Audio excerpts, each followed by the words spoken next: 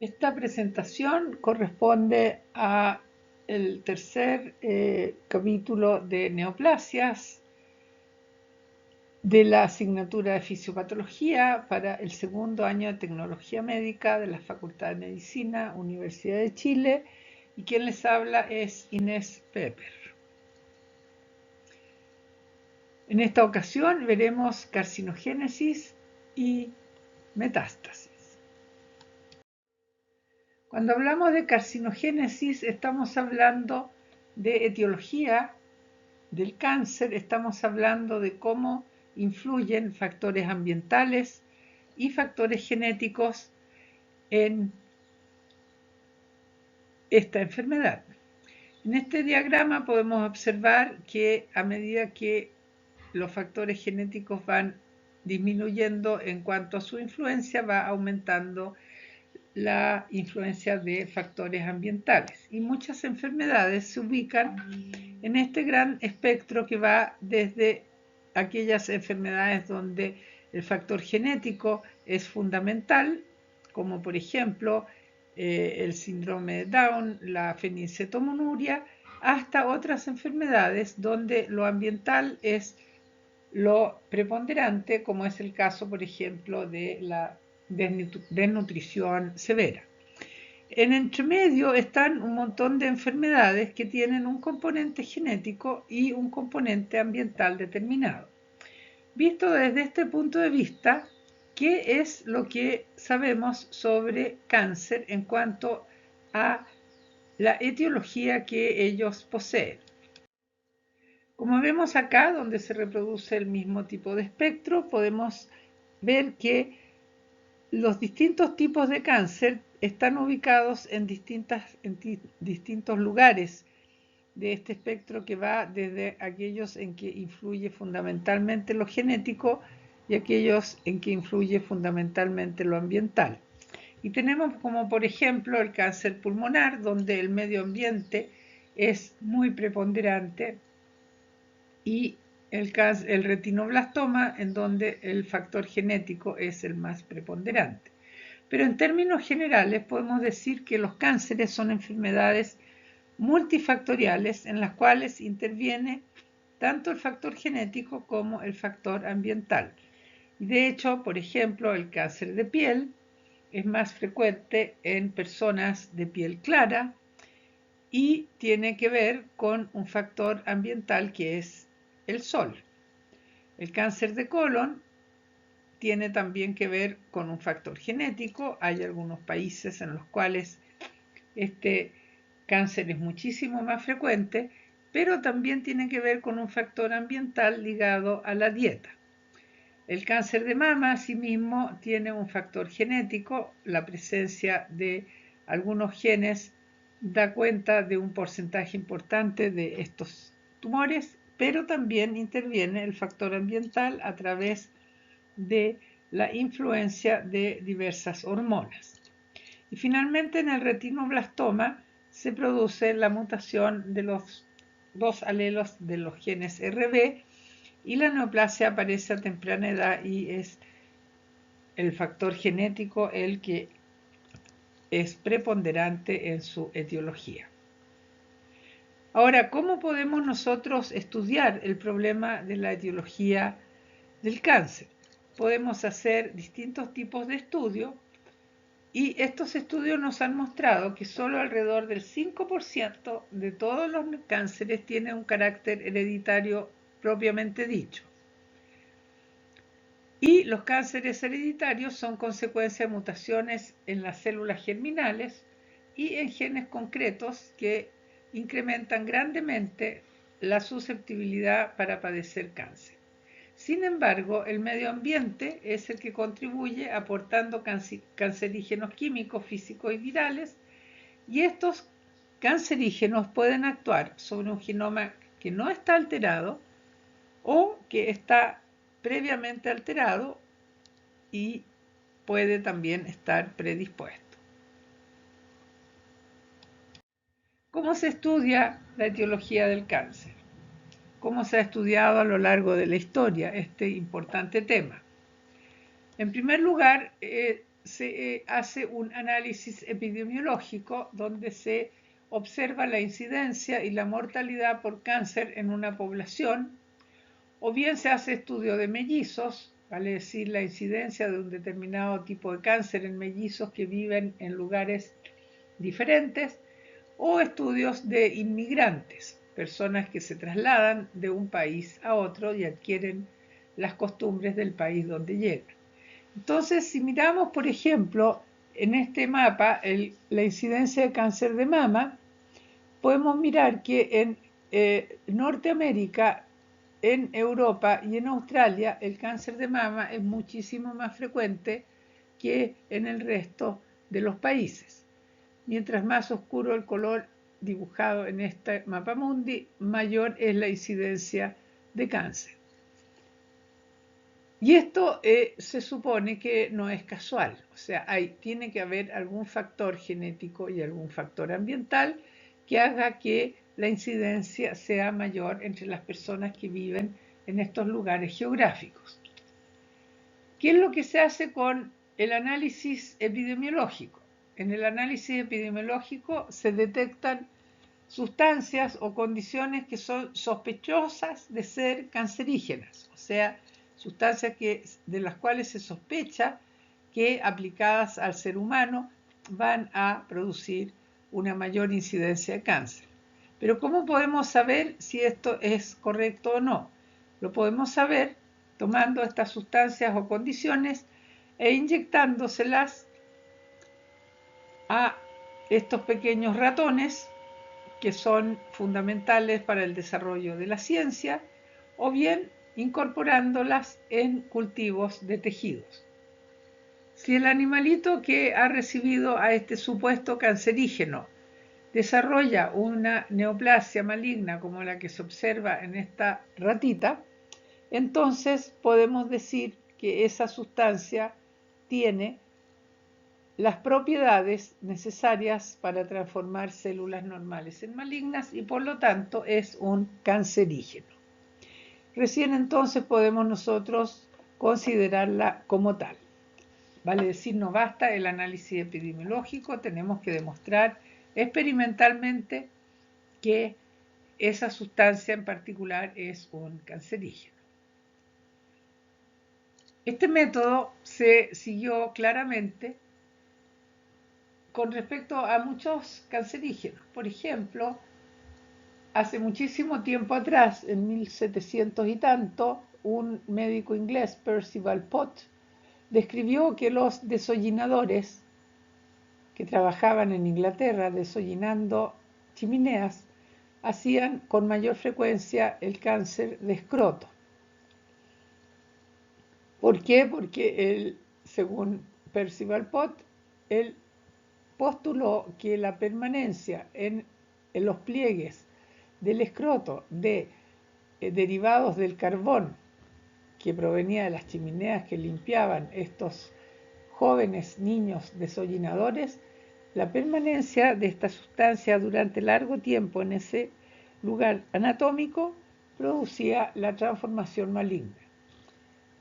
Hasta ahí llegó Percival Pott y después de muchísimos años los japoneses, que tienen más paciencia aparentemente, tomaron unos conejos y les hicieron pincelaciones con sustancias derivadas del carbón y del alquitrán en la orejita y lograron reproducir un cáncer en el conejo.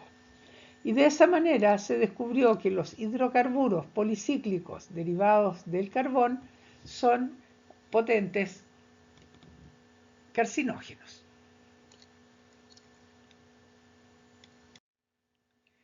¿Cuáles son los principales agentes carcinogénicos que se ha logrado identificar mediante el método que acabo de describir? En primer lugar, tenemos carcinógenos químicos, carcinógenos físicos, carcinógenos biológicos.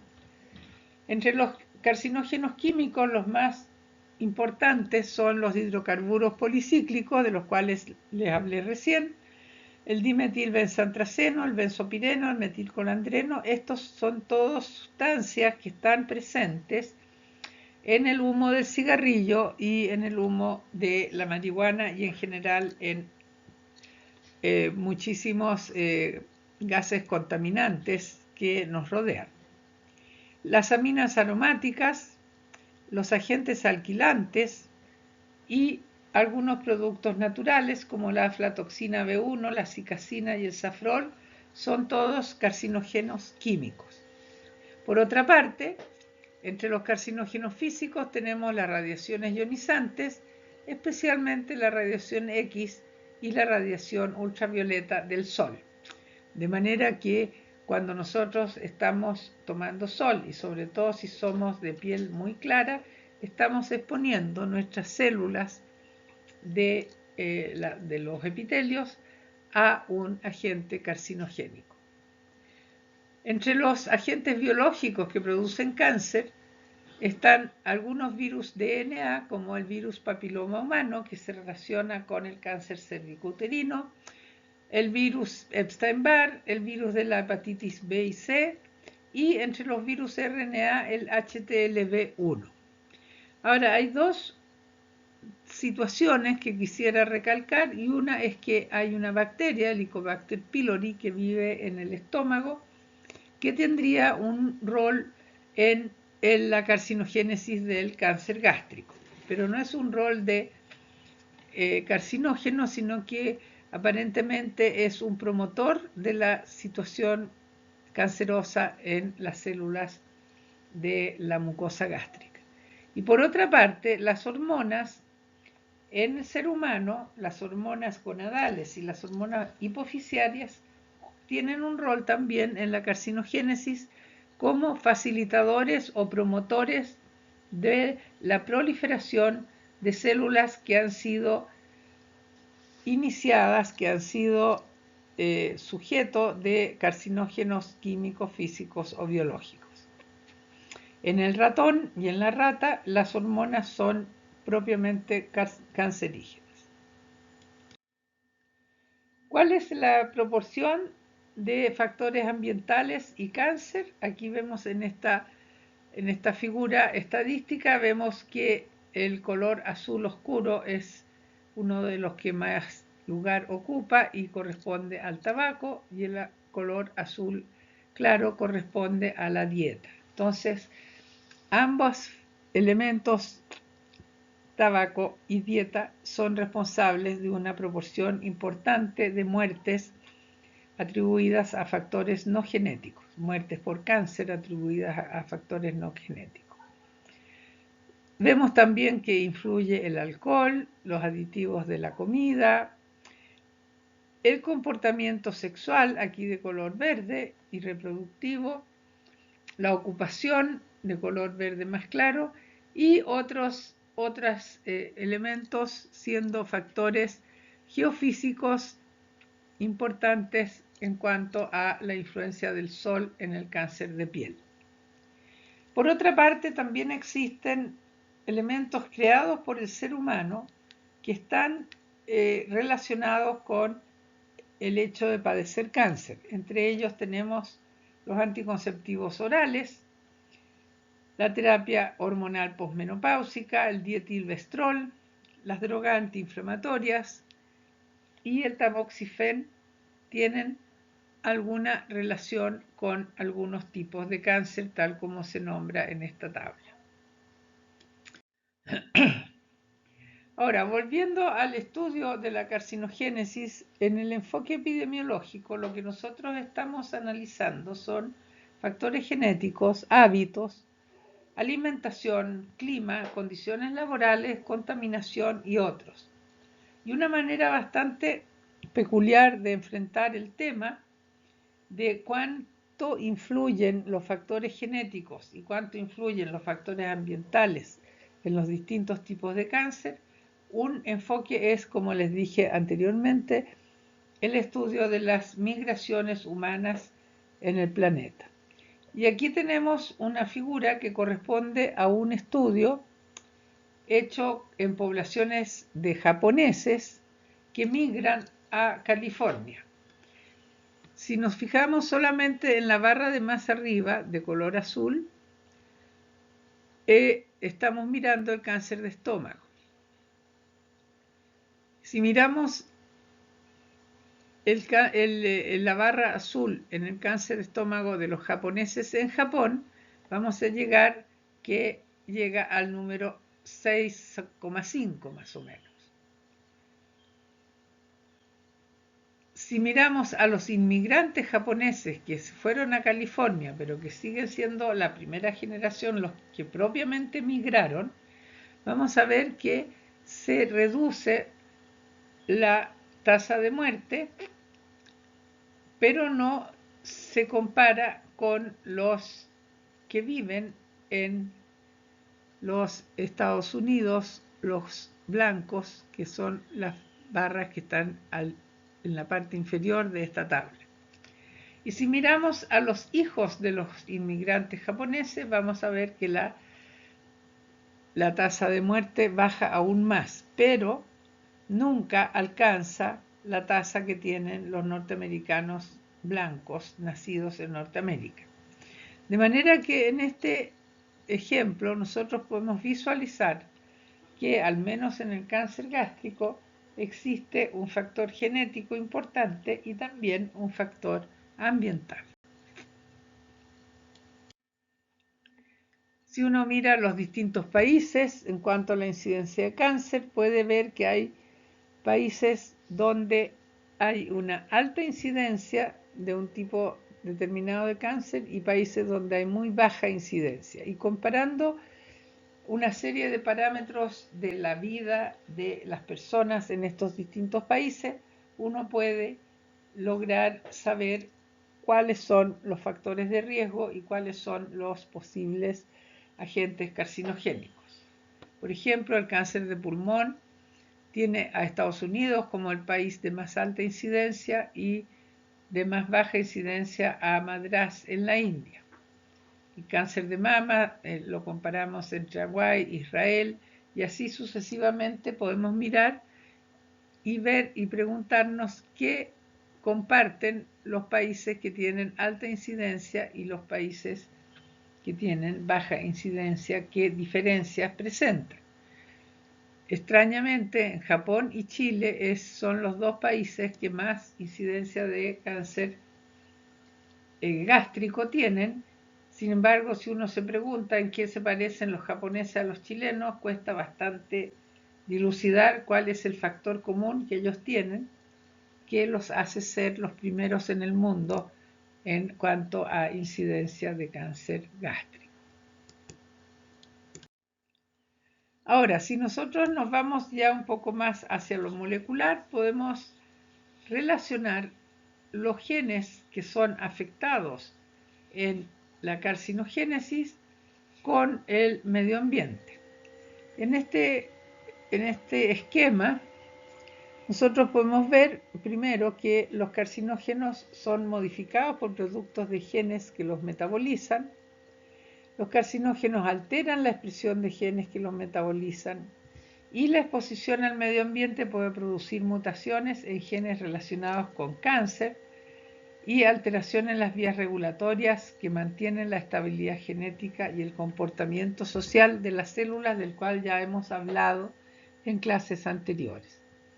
Entonces, en este esquema se observa en el primer cuadro el medio ambiente, macro y micro, compuesto en caso de específico de esta enfermedad.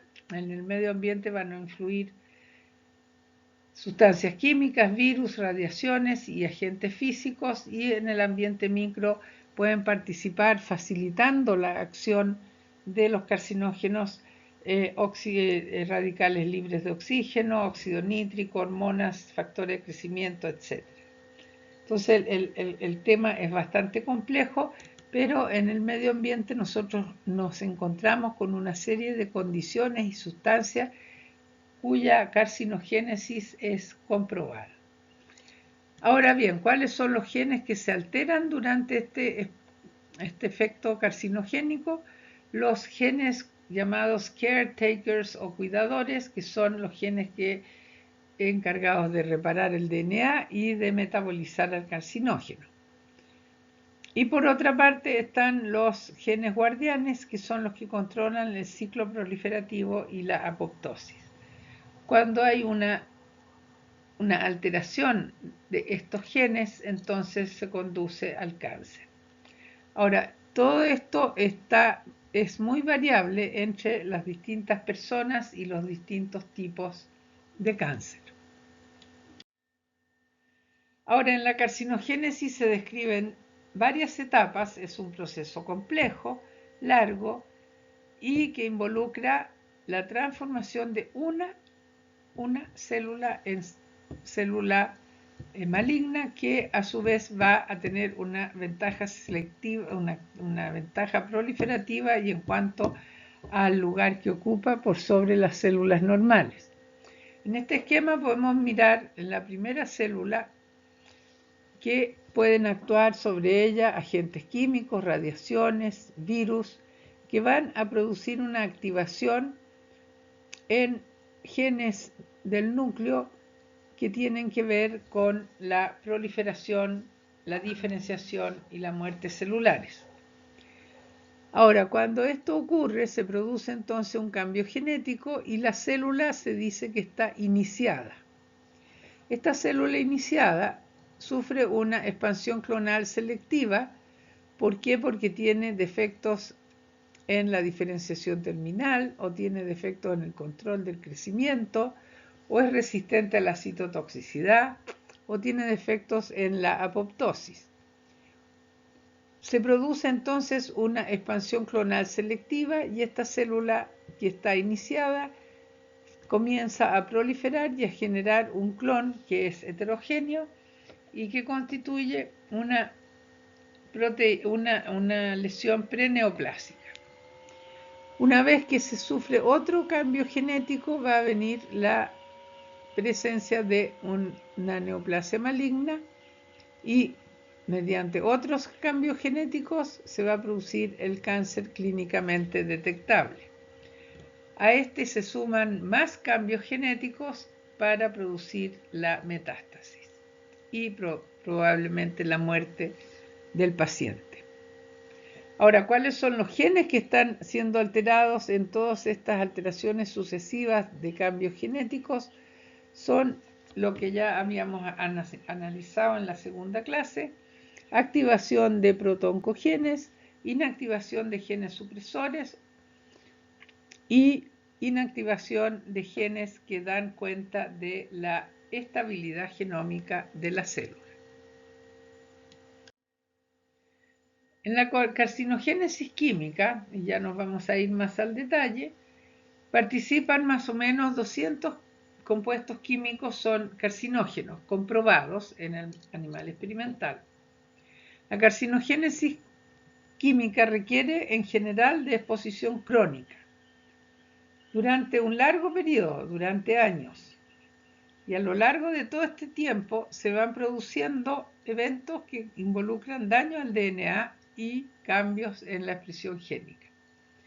Entonces, el daño al DNA es una condición necesaria, imprescindible para que haya una carcinogénesis. La gran mayoría de los carcinógenos químicos requieren de activación metabólica para actuar y esto se atribuye a la acción de enzimas metabolizantes de xenobióticos, tales como las monooxigenasas, la glutatión S-transferasa, sulfotransferasa dependiente del citocromo 450. Esto significa que la gran mayoría de los carcinógenos que nos rodean, que están en el medio ambiente, están en un estado de precarcinógeno y recién cuando ingresan a la célula y la célula trata de deshacerse de ellos, de eliminarlos porque son xenobióticos, entonces en ese momento se activan y pueden producir el cambio en el núcleo que constituye la mutación que conduce hacia la malignidad. Ahora, los carcinógenos que actúan sobre el humano actúan a través de mecanismos genotóxicos, o sea, tiene que haber un daño al DNA, y no genotóxicos cuando se trata de problemas relacionados con la expresión genética. Su unión al DNA e inducción de mutaciones en genes susceptibles al cáncer, tales como el ATP53 y el KRAS, son responsables de la iniciación. Además, se ha comprobado en algunos su capacidad de promover la multiplicación de células susceptibles. ¿Esto qué quiere decir? Quiere decir que el efecto del carcinógeno no solo es alterar el DNA, sino que además tienen la capacidad, algunos carcinógenos químicos, de promover que se multipliquen las células iniciadas y generen esa pequeña colonia de células iniciadas que va a dar origen a ese tumor cada vez mayor. Aquí vemos algunos agentes carcinogénicos químicos. Si ustedes miran estas dos figuras, van a ver que hay productos aromáticos, hay productos alifáticos, hay productos complejos, hay productos simples y en general la única cosa que tienen en común todos estos carcinógenos de estructuras algo diferentes es que cuando ingresan a la célula se convierten en compuestos electrofílicos. Los carcinógenos químicos, entonces, en su calidad de compuesto electrofílico, se une a el DNA formando aductos. ¿Y qué pasa si se une al DNA como se observa en este dibujo? Lo que va a pasar es que la síntesis de proteínas derivadas del RNA de este DNA mutado va a ser imperfecta. Una posibilidad a raíz de la mutación es que no se produzca proteína. La otra posibilidad es que se produzca demasiada de una proteína. O bien puede haber síntesis de una proteína más corta, con menos cantidad de aminoácidos porque el gen está alterado, o puede haber una proteína con una mutación, o puede haber una cantidad normal de la proteína. En los primeros tres casos, entonces, si el carcinógeno químico ha alterado un proto-oncogen o un gen supresor, vamos a tener estas consecuencias y estos tipos de alteraciones genéticas en las células. Entonces, para resumir, podemos decir que un carcinógeno químico va a ingresar a una célula, se va a activar por una activación metabólica y simultáneamente se van a poner en juego mecanismos de detoxificación y excreción de la sustancia. Ahora, si estos mecanismos de excreción no son exitosos, no son completos, entonces estos intermediarios electrofílicos se van a unir al DNA para formar un aducto. Este aducto puede ser reparado o no. Si es reparado, la célula volverá a lo normal. Si no es reparado, la célula va a morir. Y la tercera alternativa es que esta célula no se muera ni vuelva a la normalidad, sino que permanezca viva, pero con una lesión del DNA que es permanente. Cuando esta célula lesionada prolifera, se va a producir una diferenciación alterada y vamos a entrar a un clon preneoplásico de células que son muy heterogéneas entre sí. Este clon va a proliferar con ventaja sobre las otras células y se van a añadir en esas mutaciones, se van a añadir mutaciones adicionales para tener finalmente una neoplasia maligna. Entonces, este es el camino que recorren los carcinógenos químicos que conocemos.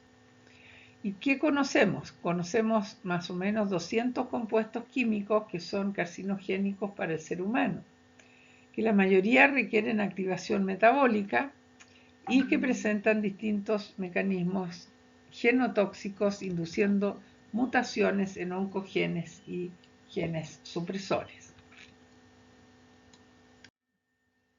Un ejemplo clarísimo de carcinogénesis química que ya he nombrado un par de veces es la combustión del tabaco o de la marihuana que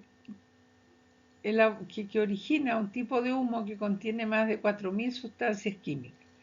Y entre esas 4.000 sustancias químicas que tiene el humo del cigarrillo, y que aspiran no solo los que están fumando el cigarrillo, sino que los que están sentados al lado, de ellos son más o menos 50 los carcinógenos. De manera específica, la International Agency for Research of Cancer de la Organización Mundial de la Salud han identificado 69 agentes carcinógenos en el humo del tabaco. 69 agentes distintos cada vez que fumas un cigarrillo.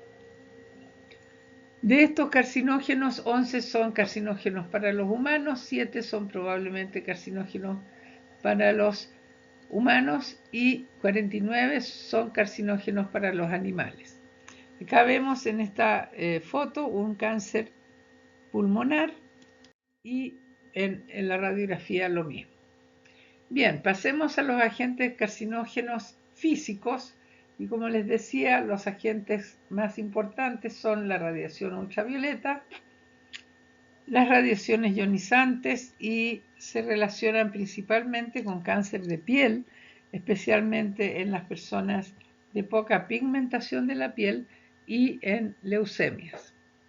Aquí en este cuadro vemos que el radón, que es una fuente energética que se usa en radiología, es el que más casos produce en cuanto a su poder carcinogénico. Después vemos la radiación gamma terrestre de color café oscuro, los rayos cósmicos, la exposición médica, comida y agua y todas las fuentes artificiales con un 1%. Entonces, como ustedes pueden apreciar, la radiación que proviene del radón es la más potente como carcinógeno. ¿Cómo actúan los carcinógenos físicos? Actúan llegando, en el caso de la radiación ultravioleta, llegan al DNA y chocan con el DNA formando dímeros de pirimidina, lo que lleva a una mutación, lo que hace que las proteínas que son codificadas por estos genes no tienen las características necesarias para su acción. En segundo lugar, tenemos las radiaciones ionizantes, que ioniza el agua y genera radicales libres, hidroxilos fundamentalmente, y altera moléculas como el DNA. El tercer grupo de agentes cancerígenos corresponde a agentes biológicos, y entre ellos tenemos a los virus DNA, el virus de la hepatitis B relacionado con cáncer hepatocelular, el Epstein-Barr con el linfoma de Burkitt y el HPV o virus papiloma humano con el cáncer cervicuterino. Por otra parte, entre los virus RNA tenemos al virus de la leucemia y linfoma de células T. Las bacterias, como les dije, como por ejemplo el Helicobacter pylori, está relacionada con linfomas y carcinomas gástricos, pero no tiene un poder cancerígeno per se. ¿Cómo actúan los virus oncogénicos DNA, por ejemplo el virus papiloma humano? Lo que hace el DNA viral es que se integra al DNA celular y al integrarse se rompe justamente entre los genes que codifican las proteínas E1 y E2. Se rompe allí y al romperse se va a dejar de reprimir la transcripción de los genes E6 y E7 que son controlados por E2. Entonces, al ser sobreestimulados y la transcripción de E6 y de E7, la célula se transforma y se inmortaliza. ¿Y por qué? Porque estos genes del virus codifican proteínas que tienen relación o que actúan como genes supresores. Y como vimos en la clase anterior, los genes supresores tienen por función detener el ciclo proliferativo para que la célula se repare o se muera, y al estar entonces expresándose estas proteínas que inhiben a los productos de genes supresores, entonces se va a impedir la detención del ciclo proliferativo para que la célula se repare o se muera. Prosiguiendo con la carcinogénesis por virus DNA con el virus papiloma humano, vemos que las proteínas entonces encargadas de producir la desregulación del comportamiento social de las células son las proteínas codificadas por los genes E6 y E7 del virus. La proteína E6 del virus bloquea y degrada a la P53, que es responsable de llevar a las células hacia la apoptosis, y la proteína E7 interactúa con la proteína P21 y la proteína RB, que tienen que ver con la proliferación celular en cuanto a su inhibición para que la célula sea reparada o muera. Entonces lo que sucede es que al actuar los genes de este virus, lo que ocurre es que la célula no se muere ni detiene el ciclo para diferenciarse o repararse, y continúa proliferando permanentemente porque el estímulo a la proliferación persiste. Y de esa manera se forma una proliferación exacerbada y una masa cancerosa en el cérvix uterino.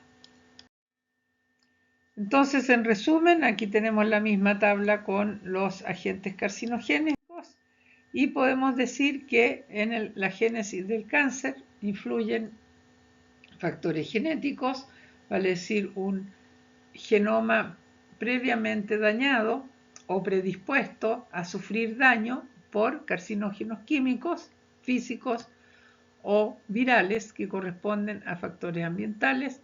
Y también interviene el azar, en el sentido de que las mutaciones que ocurren por efecto de los carcinógenos son mutaciones que pueden afectar cualquier gen. Entonces, solamente se va a desarrollar un cáncer si es que esas mutaciones alteran genes relacionados con la proliferación, la diferenciación y la muerte celular.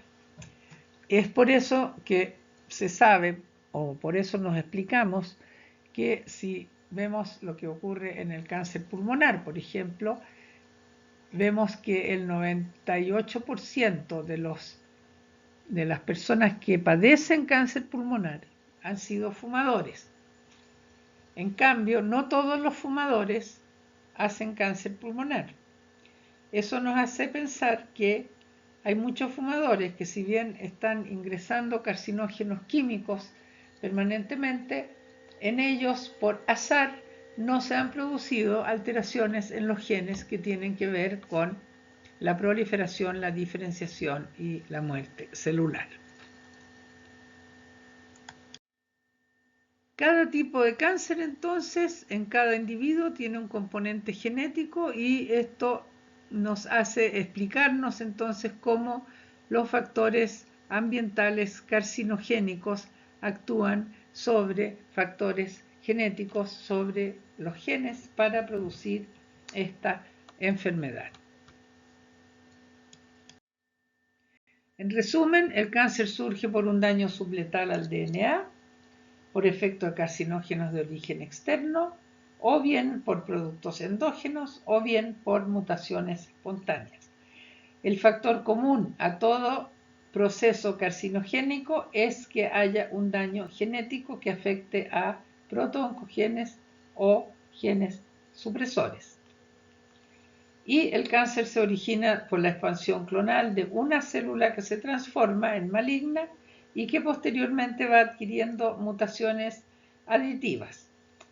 El cáncer es un proceso en múltiples etapas, hay muchas mutaciones involucradas, y los genes afectados están involucrados en la regulación del comportamiento social de las células en los tejidos. Y ahora pasamos al segundo tema de esta presentación, que es la metástasis, tema que no alcanzamos a incluir en la primera clase de esta serie de 3 del curso de fisiopatología. La metástasis, entonces, es la diseminación a distancia de células cancerosas que van a originar cánceres o tumores secundarios en órganos diferentes a aquel en el que se originó el cáncer primario. Y en este esquema vemos entonces un cáncer, un tumor primario de color, con las células aquí de color celeste, que una vez que estimula la formación de vasos sanguíneos a través de factores angiogénicos, se irriga y en ese momento hay vasos sanguíneos disponibles para que células se desprendan del cáncer primario, viajen por el vaso sanguíneo, lleguen a un lugar donde ya quedan detenidos, se adhieren a la pared vascular, salen de la pared vascular y si es que el medio ambiente en donde llegan es adecuado para su crecimiento, entonces se va a producir su proliferación y van a surgir varias colonias de células provenientes entonces del tumor primario. La invasión de tejidos es esencial para que la metástasis pueda ocurrir. En este diapositivo les muestro cuáles son los principales cambios que forman parte de lo que se denomina transición epitelio-mesénquima para poder llegar desde el sitio de crecimiento original hasta el sitio distante que hemos descrito. En primer lugar, las células pierden la expresión de moléculas de adhesión intercelular, vale decir, se ponen menos adherentes entre sí porque pierden moléculas que normalmente las adhieren. Por otra parte, hay un aumento en la expresión de moléculas de adhesión celular hacia el colágeno. Hay cambios en el fenotipo celular. La célula es móvil y tiene una gran capacidad de movilizarse a través del tejido conjuntivo, mediante uniones a la fibronectina y a las lamininas.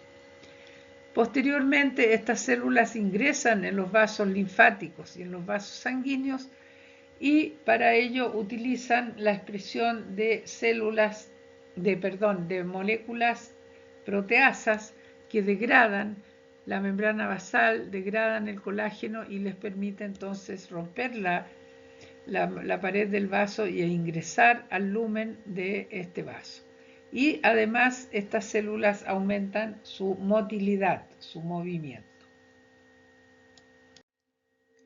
Aquí vemos en la regulación de la metástasis, vemos en las láminas que presento una metástasis de cáncer gástrico en un linfonodo, estas zonas de color rosado que se ven entre los linfocitos del linfonodo son células de un cáncer gástrico y en el otro vemos una metástasis gástrica de cáncer de mama que se ha teñido específicamente para receptores de estrógeno que son propios de estas células cancerosas de la mama.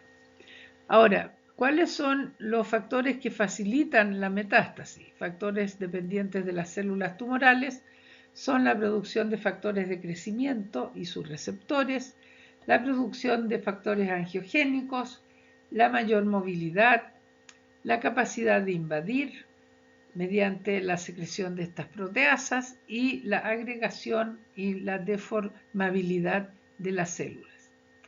Y esto hace que las células puedan movilizarse, desprenderse, movilizarse y meterse adentro de un vaso sanguíneo.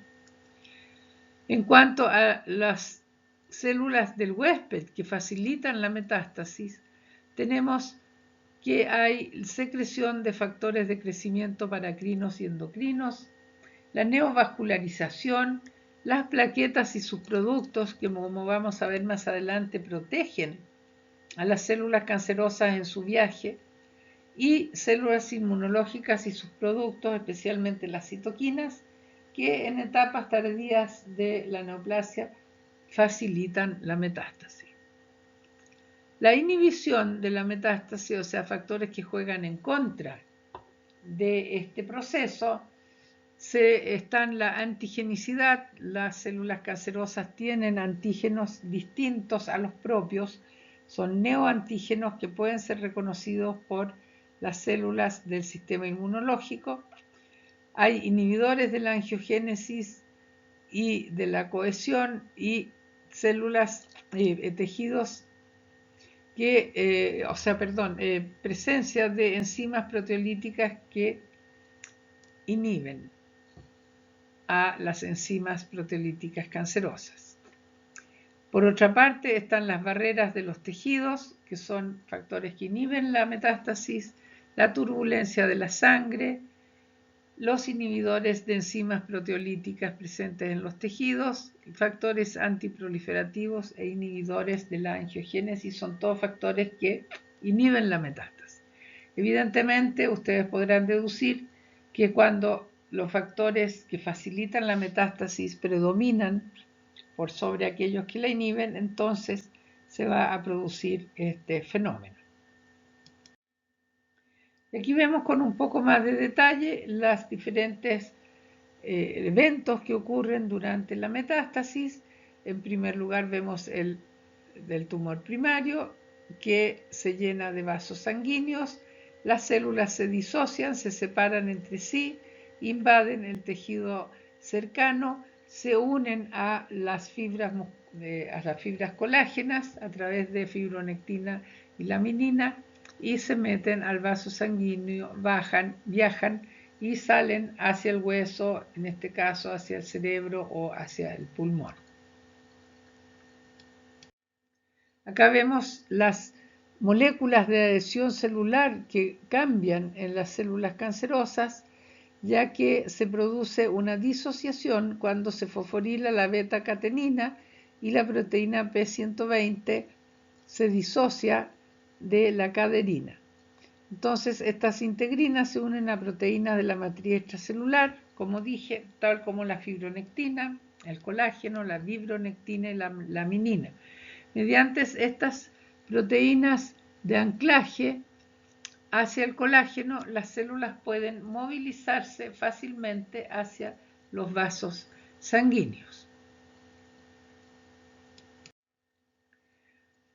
Una vez que llegan al vaso sanguíneo, se meten dentro de él y para que esto ocurra tienen que haber sobrepasado el ataque posible de células del sistema inmunológico que eventualmente pueden eliminar estas células que están avanzando hacia el vaso sanguíneo.